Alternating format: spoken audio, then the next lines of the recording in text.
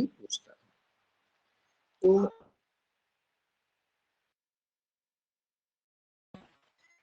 चिन्ह क्या है?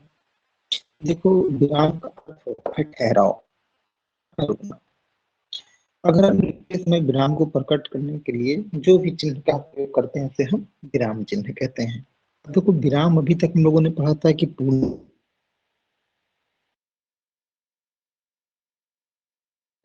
के कई सारे प्रकार मिलते हैं और फिर उनका हमें प्रयोग है और उन्हीं से हमारे नंबर जो है डिस्क्रीज और इनक्रीज होते हैं। तो हम लोग सीरियल वाइज पढ़ेंगे। हमने कुछ विराम चिन्हों के नाम दिए हैं।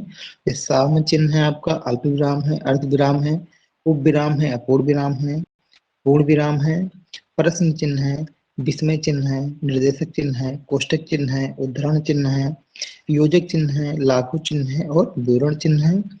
हंस पद या विस्मरण है, त्रुट पूरक चिन्ह है आपका, लोप चिन्ह है और कुछ चिन्ह और हैं जो दो तीन चार जो हमारे वास्तविक जीवन में भी प्रयोग होते हैं और उन्हें हम देखते भी हैं, तो उन्हें हम आगे पढ़ेंगे। तो चलिए शुरू करते हैं। तो सबसे पहले जो है वो है आपका साम चिन्ह। देखो, साम चिन्ह जो है वो हम इक्वल टू के लिए प्रयोग करते हैं, बराबर के लिए प्रयोग करते हैं।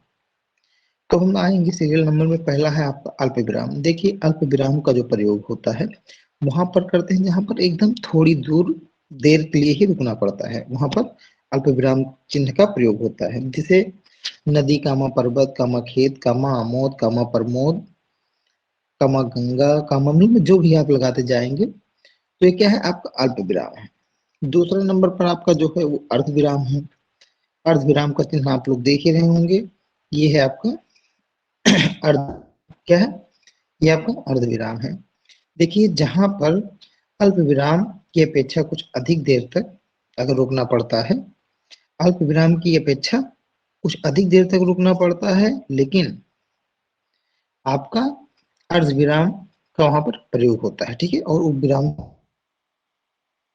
पर हम लोग लेंगे जैसे सूर्य अस्त हो गया है, क्या है, सूर्य अस्त जो है हो गया है, ठीक है। तो सूर्यास्त हो गया है, लालिमा का स्थान कालिमा ने ले लिया, तो यहाँ पर किसका प्रयोग हुआ है, यहाँ पर आपका अर्धविराम का प्रयोग हुआ है, ठीक है। तीसरा नंबर आपका है उपविराम। देखिए, जहां पर किसी कथन को पृथक दिखाना हो, अर्थात जहां पर कोई भी कथन हो उसे क्या दिखाना हो, अलग दिखाना हो, तो वहां पर हमें क्या प्रयोग करेंगे, वहां पर उपविराम का प्रयोग करते हैं। जैसे प्रदूषण एक अभिशाप, तो यहाँ पर किसका प्रयोग हुआ, उपविराम का। जहां पूर्ण विराम से थोड़ा कम रुकते हैं, ठीक है। दहेज प्रथा क्या है, सामाजिक कलंक है, तो दहेज प्रथा और सामाजिक कलंक के बीच में किसका प्रयोग हुआ, उपविराम का प्रयोग हुआ है, ठीक है। चौथा आपका है पूर्ण विराम। पूर्ण विराम वाक्य के समाप्त होने पर पूर्ण विराम का प्रयोग करते हैं। जैसे मोहन पढ़ रहा है, मैं आपको पढ़ा रहा हूँ, आप पढ़ रहे हैं, तो यहाँ पर इसका प्रयोग हुआ है, यहाँ पर आपको पूर्ण विराम का प्रयोग हुआ है। पूर्ण विराम का चिन्ह आपका ये है, आप सभी लोग जानते हैं। अगला है आपका प्रश्न चिन्ह।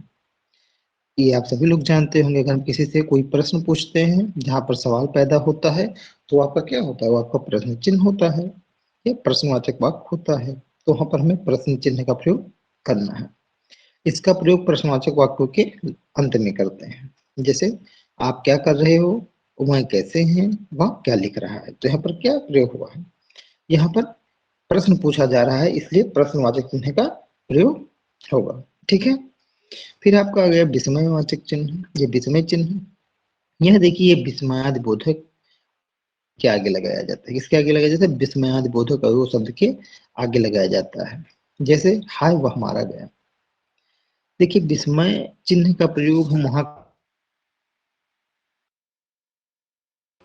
आश्चर्य हो या विस्मय हो, कोई जिसकी हमें आशा ना हो वो हो गया हो। जैसे आपका कोई दोस्त है और आज आप मिले तो वो स्टडी कर रहा है, आप दोबारा मिले वो आईएएस बन जाए, हाय, क्या है अंदर से आएगा, हाय ये कैसे हो गया, ठीक है। या मान लो भी अचानक क्या है, कोई आपके पास ऐसी घटना घट जाए जिसकी आपने कभी कल्पना ना की हो, तुरंत क्या हो जाएगा, एकदम विस्मय, विस्मय हो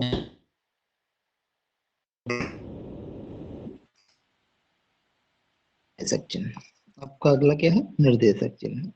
देखिए इसका प्रयोग विषय विभाग संबंधी के आगे उदाहरण के बाद किया जाता है। जैसे अध्यापक जा सकते हो, अध्यापक ने निर्देश दिया कि तुम जा, तो दिया दिया है, उसके आगे क्या रहेगा, निर्देश का चिन्ह लगेगा और तुम जा सकते हो। ठीक है, या पिताजी कह रहे हैं तुम यहाँ, तो यहाँ पर क्या निर्देश चिन्ह का प्रयोग होगा।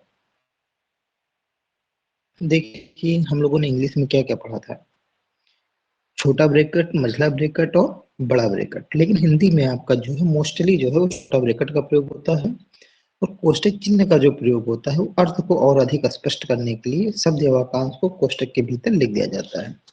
जैसे विश्वामित्र क्रोध में कांपते हुए ठहर जा। ठीक है, तो इसमें क्या है, जैसे पिताजी ने पिताजी ने डांटा। अब कैसे डांटा, गुस्से से डांटा, तो अगर हम ब्रैकेट में लिख देते हैं पिताजी ने, फिर ब्रैकेट में गुस्से से, ब्रैकेट बंद, फिर डांटा, अर्थात पिताजी क्रोधित थे और उन्होंने डांटा। ठीक है, तो इससे क्या होती है, इससे वाक्यांश जो हमारा है वो पूरा क्या हो जाता है, स्पष्ट हो जाता है। तो यहाँ पर क्या प्रयोग होगा, कोष्टक चिन्ह इसीलिए लगाया जाता है ताकि वाक्यांश जो है उसका अर्थ जो है वो क्या है, पूर्ण रूप से स्पष्ट हो सके। अगला आपका है उद्धरण या अवतरण चिन्ह। तो किसी कथन को ज्यों का त्यों उद्धृत करने के लिए उद्धरण या अवतरण चिन्ह का प्रयोग किया जाता है। देखिए अगर किसी की कही हुई बात होती है या किसी की दी हुई परिभाषा होती है तो उसमें हम कुछ फेरबदल नहीं कर सकते हैं। ऐसी चीजों में हम अवतरण चिन्ह का प्रयोग करते हैं। जैसे महाकवि तुलसीदास ने सत्य कहा है, प्राधेन सपने सुख नाही। या फिर मान लो हम कोई भी अगर किसी वैज्ञानिक की परिभाषा को पढ़ते हैं, जैसे एडम स्मिथ ने कहा कि अर्थशास्त्र धन का विज्ञान है, तो चूंकि वो एडम स्मिथ ने कहा है तो उसे हम बदल नहीं सकते हैं। तो किसी का भी कथन होगा तो वहां पर ऊपर क्या लगाया जाएगा, उद्धरण चिन्ह का जो किया जाएगा। अगला है आपका योजक चिन्ह। देखिए योजक चिन्ह जिसे नाम से ही प्रतीत होता है, इसका प्रयोग समस्त पदों के मध्य होता है। जैसे हम देश की रक्षा तन मन धन से करेंगे, जैसे माता पिता, राजा रानी, सबके बीच में किसका प्रयोग होता है, योजक चिन्ह का प्रयोग होता है, अर्थात ये दो शब्दों को जोड़ता है। फिर लाघव चिन्ह आपका आता है, जैसे किसी भी बड़े शब्द को संक्षेप में लिखने के लिए इसका चिन्ह प्रयोग होता है लाघु का। जैसे हमें उत्तर प्रदेश लिखना है तो हम शार्ट में लिखते हैं तो उत्तर प्रदेश लिख देते हैं। कृपया पन्ना उल्टें, तो की लिख के बिंदी रख दिए, पन्ना लिख के बिंदी रख दिए। प्राथमिक स्कूल लिखना है तो प्रा लिख के बिंदी रख दी, और तो ये क्या होगा, अपने आप में प्राथमिक स्कूल होगा। ठीक है, अब विवरण चिन्ह, इसके अलावा कई भी सारी चीजें हैं जिनका हम क्या है शॉर्टकट में ही करते हैं। तो ये आपका हो गया लागू हो गया। अब फिर आते हैं विवरण चिन्ह। वाक्यांशों के विषय में कुछ सूचक निर्देश आप देने के लिए हम विवरण चिन्ह का प्रयोग करते हैं। जैसे हमने कहा क्रिया के दो भेद होते हैं तो उसके आगे विवरण चिन्ह लगेगा, क्योंकि इसका विवरण क्या है, आगे दिया हुआ है। ये हमने कहा कि चार भेद होते हैं तो उसका क्या है, वहां पर भी विवरण चिन्ह का ही प्रयोग होता है। स्मरण चिन्ह है तो पूरक चिन्ह है, ये हास्य। देखिए अगर हम कोई चीज लिख रहे हैं, कोई वाक्यांश लिख रहे हैं और उसमें बीच में कुछ भूल जाते हैं और उसे सुधार करना है तो पूरक चिन्ह का प्रयोग करते हैं। जैसे मैं पिताजी के साथ गया, कहाँ गए भाई, मैंने क्या बढ़ा दिया, तो पूरक चिन्ह लगाया, और मैं पिताजी के साथ कहाँ गया, घर गया। तो फिर तुरंत क्या होगा, जुटाने से हम उसमें सुधार कर सकते हैं। अगला है आपका लोप चिन्ह। अगला आपका क्या है, लोप। में कुछ अंश छोड़कर लिखना हो तो लोप चिन्ह का प्रयोग किया जाता है। जैसे हम लोग काम देते हैं और बीच में छोड़ देते हैं, पहले मीनिंग में निकालते हैं, वैसे मान लो अगर हम कोई अपना कोई वाक्य लिखते हैं और बीच में छोड़ देते हैं तो बच्चों को भरने के लिए दिया जाता है। तो वहां पर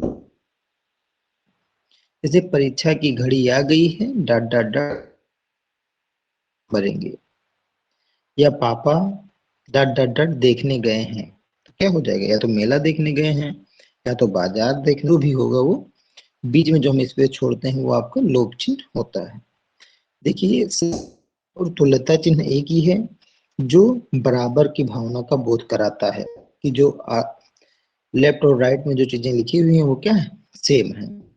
पुनरुत्पादक हम हिंदी में भी प्रयोग करते हैं और इंग्लिश में भी प्रयोग करते हैं। सभी लोग जानते हैं कि किसी भी बात को ज्यों का त्यों अगर हम नीचे लगातार उतारना है तो हम पुनरुत्सूचक का प्रयोग, समाप्ति जो सूचक जो हम कई प्रकार से प्रयोग कर सकते हैं, ऐसे भी प्रयोग कर सकते हैं, स्टार बना के भी प्रयोग कर सकते हैं, बिंदी रख के भी प्रयोग कर सकते हैं, गोला बना के, लेकिन ये तीन तीन के। देखिए तारक चिन्ह स्टार ये पाद टिप्पणी के लिए प्रयोग किया जाता है, इंडिकेट किया जाता है। तिर्यक रेखा का भी प्रयोग करते हैं। इसमें दो चीजें, इसमें या अथवा के अर्थ में कविता की पंक्तियों को अलग अलग करने के लिए तिर्यक रेखा का प्रयोग किया जाता है। या जाओ आबलिक या घर पे रहो, बाजार जाओ आबलिक घर पे रहो, अर्थात इसमें दो चीजें दी गई हैं, या तो आप बाजार जाइए या तिर्यक रेखा का। इसके अलावा आपको जो है बुलेट, कोई भी अगर चीजें हम मान ली इंपॉर्टेंट लिखते हैं तो बुलेट चाहे स्टार बना दीजिए या गोला बना दीजिए और उसके आगे हम मुख्य तत्वों को सारांश का रूप देते हैं। तो ये आपका हो गया विराम चिन्ह। अगर कुछ भी आप कहीं भी कोई भी एग्जाम दे रहे हो तो जो विराम चिन्ह है आपका, उससे जो है कोई भी प्रश्न आपकी गलत नहीं होंगे।